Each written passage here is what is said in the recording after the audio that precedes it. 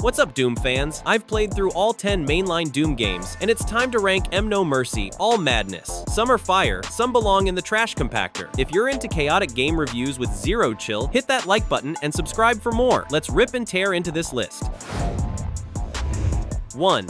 Doom 3, 2004. Imagine hyping up for a Doom party, expecting to mosh demons like it's 93, but instead, you're stuck playing hide-and-seek with a flashlight that's as useful as a paper towel in a volcano. Doom 3 is Doom's awkward emo phase, where id traded their metal roots for a new metal cover band, trying to impress Half-Life fans. John Carmack's id tech 4 engine flexes with groundbreaking lighting and shadows, but the cost's a slow, dark horror trip that's more jump scares than glory kills. You're a Mars Marinion uncovering a demonic invasion with voiced NPCs, lore-stuffed terminals, and a creepy vibe like Resident Evil got lost in space. The flashlight or gun gimmick is like choosing between oxygen and tacos infuriating, though mods in the BFG edition taped it up. Combat's tense in claustrophobic halls, but demons look like generic zombies, missing the OG's sassy sprite charm. Maps are atmospheric, but the tech-heavy aesthetic and plotting pace feel like wading through demonic molasses. It's a valiant misstep that tried to modernize Doom, but it's like serving decaf at a Slayer rave. This gets a dit's a bold swing, but I'd rather fistfight a pinky in the dark. 2. Doom 64, 1997. Doom 64 is the N64's brooding goth kid, rolling up to the GoldenEye party with a spiked choker and a chip on its shoulder. Dropped in 1997, this isn't a lazy port, but a fresh, id-supervised adventure crafted by Midway, often hyped as the true sequel to Doom 2 by die-hard fans. You're Doom Guy, mowing down Hell's minions on a spooky, demon-infested base. With a story so minimal, it's basically bad stuff happened, shoot it. The gameplay sticks to classic Doom run, gun, hunt for colored keys but sprinkles and scripted events, and clever map traps that feel like a sneak peek at modern shooters. The N64's limits bite. Smaller cartridges mean fewer enemies, the shotgun's choppy animations are like watching a flipbook in slow-mo, and no multiplayer is a straight-up sin on a console built for 4-player deathmatches. But holy hell, the vibe slaps. Colored lighting bathes levels in eerie reds and blues, and the ambient soundtrack swaps MIDI shred for droning dread, like you're stuck in a haunted cathedral. No HUD, no Doom Guy grimace, just cryptic numbers and blurry N64 textures gives it a minimalist edge. It's a cult classic that's more mood than masterpiece, but it's too niche to steal the spotlight. This gets a C. It's a creepy gem, but it's like bringing a knife to a cyberdemon fight. 3. Doom 2, Hell on Earth, 1994. Doom 2 swaggered into 1994 like Doom Guy kicking down Hell's front door, screaming, "Round 2, suckers!" This sequel cranks the chaos with 32 new levels, a demonic zoo of fresh enemies, and the Super Shotguna double-barreled beauty so perfect, it's basically Doom Guy's soulmate etched in steel. You're the Slayer, battling a full-on demonic invasion of Earth, but Hell on Earth is more vibe than reality, with abstract mazes and trippy skyboxes instead of the urban sprawl Duke Nukem 3D later mastered. New baddies like the Revenant screaming skeleton with homing missiles and Archvile, that resurrection-loving jerk who revives his buddies, keep you on your toes, forcing smarter strafing and panicked BFG blasts. The Super Shotgun's boom is pure ASMR for Slayer fans, but the map design lacks the OG's tight, episodic flow, feeling like a mixtape where half the tracks are B-sides. No clear episodes and a paper-thin story, demons kill 'em, make it less of a journey, but the modding scene exploded here. Doom 2's WADs turned it into a platform for infinite carnage, birthing fan-made masterpieces that keep it alive. It was the best-selling software of '94, but it doesn't quite outshine its ancestors' laser focus. I'm giving this a B+. It's a raucous demon bash, but the OG's got the tighter playlist. 4. Doom, The Dark Ages, 2025. Doom 64 is like the Slayer donning a medieval knight's armor and charging into a mosh pit on a fire-breathing dragon. Launched in 2025, it yeets Eternal's neon rave for a grim, berserk-style fantasy, with Doom Guy swinging a flail, pumping a shotgun, and rocking a shield saw that screams parry or get obliterated. The story's thinner than an imp's ego, you're smashing demons in a dark fantasy realm, but the gothic vibe is a blood-soaked love letter to Dark Souls fans. Melee combat's the star, with slow projectiles turning fights into bullet hell rumbles like Serious Sam on steroids. Parrying green attacks feels like high-fiving a Hell Knight mid-brawl, but some fans miss the OG's sprint and shred flow. Dragon riding and friendly NPCs are wild flexes, but no multiplayer and a slightly unpolished edge keep it from godhood. The soundtrack's a medieval metal banger, and levels drip with atmosphere, from crumbling castles to lava pits. It's a daring pivot that doesn't always stick the landing. This gets a B+. It's a Knight's Tale with serious swagger, but it's not the Slayer's finest hour. 5.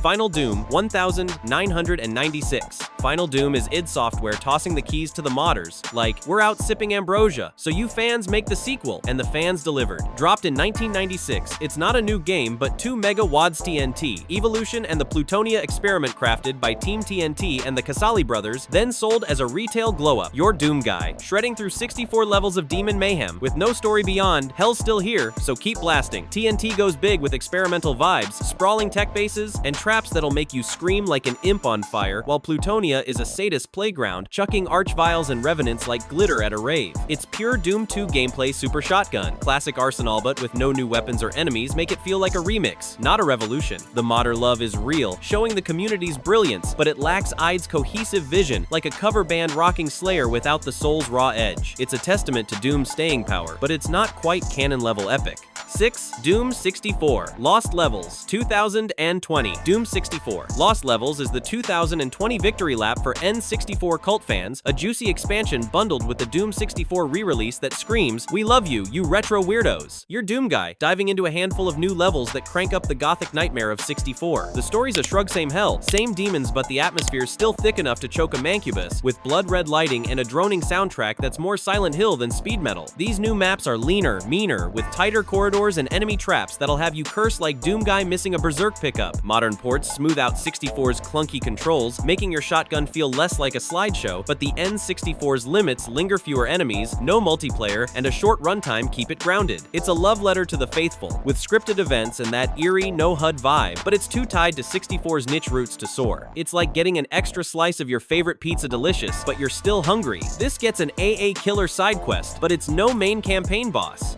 7. God of War WODs 1993. Present. God of War's modding scene isn't a game, it's a mythic juggernaut that turned a shooter into a cultural supernova. Since 1993, John Carmack's open Doom engine and WOD files, where's all the data? Let fans unleash chaos like Kratos with a grudge, crafting levels, conversions, and straight-up sorcery. Want to play Zelda in Doom? Easy. Blast through Jerry Seinfeld's apartment or Chex Quest Serial Utopia? Done. Brutal Doom makes it look like a 2025 AAA title, while My House WOD twists reality into a non-Euclidean nightmare that'll haunt your dreams. Modders like Team TNT went pro with Final Doom, and the open source engine runs Doom on ATMs, toasters, even pregnancy tests. It's the lifeblood of Doom's immortality, birthing careers and keeping hell alive, but it's too diffuse to snag the top spot. This gets in a plus. Modders are the real slayers, forging legends in code. 8. Doom 2016. Doom 2016 is the Slayer's glorious comeback, like Doom guy hit a midlife crisis, bulked up, and decided to punch hell in the teeth, while Mick Gordon's guitars wail like a possessed banshee. After Doom 3's snooze fest and a scrapped Doom 4 that looked like Call of Duty cosplaying as hell, Marty Stratton and Hugo Martin delivered a 2016 reboot that's the Doom we scribbled in our Trapper Keepers as kids. You wake up naked on a Mars sarcophagus, grab a pistol, and start shredding demons like it's 1993 on steroids. The story's Leanable Corporation opens Hell Portal. You close it with extreme prejudice, but its humor shines when Doom guy yeets monitors mid-exposition like a grumpy cat swatting a lecture. Push-forward combat and glory kills turn fights into a gore-soaked ballet, with each chainsaw slice or skull crunch feeling like a high five from Valhalla. Levels are stuffed with secrets, from retro sprite rooms to hidden levers, and the explorations as addictive as the carnage. The weapon roster's solid, but there's little reason to swap from the super shotgun, and some bosses, like the Spider Mastermind, feel like bullet sponge chores. Still, it's a boomer shooter revival starter, with a self-aware vibe that nods to the infamous 90s Doom comic. Rip and tear, huge guts, the soundtrack's so hype it could wake a Baron of Hell, and the tight controls make every strafe feel like a dance move. It's Doom distilled to its purest, most violent essence. This snags an S-tier near-divine banger that's just a shotgun blast from perfection. 9. Doom Eternal 2020. Doom Eternal storms in like Doom 2016 chugged a Red Bull, strapped on a jetpack, and decided to become a speed metal acrobat. Released in 2020, it's the Slayer as a cosmic bouncer, tossing demons across Earth, Mars, and Baroque hell castles in a lore-drenched apocalypse. The story's a sci-fi word salad-like. Warhammer 40k had a fever dream, but the combat's a masterpiece of chaos. Ammo's scarcer than a health pack in hell, forcing you to juggle guns, plasma rifle, shotgun, rocket launcher while chaining glory kills, flame belches, and a meat hook to swing around like a demonic Tarzan. Levels burst with variety snowy mountains, ivory fortresses, fleshy hellscapes breaking Doom's tech-based rut, and the visuals are so stunning they could make a cacodemon cry jealous tears. Marauders, with their wait your turn shields, are either a thrilling duel or a controller, killer, Yeeting Nightmare. The Fortress of Doom Hub is a cool flex, but it's a maze, and the collectible grind feels like Hell's HR department designed it. It's a near-perfect sequel that's a smidge too extra, like a Slayer who brought a BFG to a knife fight. 10. Doom 1993. The 1993 Doom is the FPS God Emperor, a pixelated middle finger to boring games that rewrote the rulebook and still kicks harder than a cyber demon with a roided-out leg day. You're Doom Guy, a lone marine on Mars's moon bases, blasting Hell's demons with no mouse look, no jumping, just pure, unfiltered run-and-gun bliss. The shareware model was a masterstroke. Play knee-deep in the Dead's 9 perfect levels free, then mail ID a check for the rest. E1M1's MIDI riff is gaming's national anthem, and the sprite-based Demon's Imps, Cacodemon, Cyber Demonair, more iconic than a BFG blast. Maps are labyrinths of secrets, from hidden doors to rocket launcher stashes, and the controls are so tight you hit the flow state faster than you can say rip and tear. No Y-axis aiming? Who cares you're too busy spamming the use button like a possessed for secret walls? The simplicity of it shoot, punch, chainsaw, survive A's pure gaming crack, as timeless as Tetris or Pac-Man. Moral Panic screamed it was Satan's PowerPoint, blaming it for everything from bad grades to world-ending chaos, but that just cemented its legend.